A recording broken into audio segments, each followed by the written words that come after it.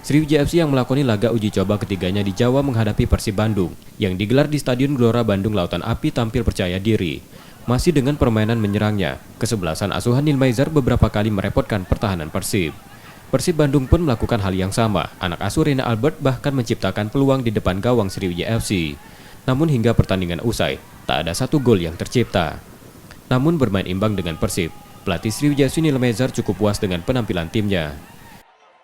Ya, secara umum ya kebetulan agendanya kan di sini ada 2 uji coba lagi, tapi karena ada undangan dari Wali Kota Solo, jadi kita persiapan tim maksimal mungkin harga di sini.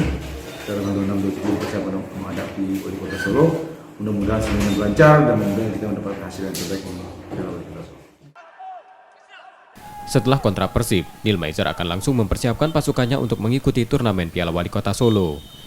Sriwijaya FC akan menjadi salah satu kontestan Liga 2 yang memutuskan ambil bagian pada turnamen Piala Wali Kota Solo akhir Juni nanti. Nur Muhammad, Kompas TV, Palembang, Sumatera Selatan.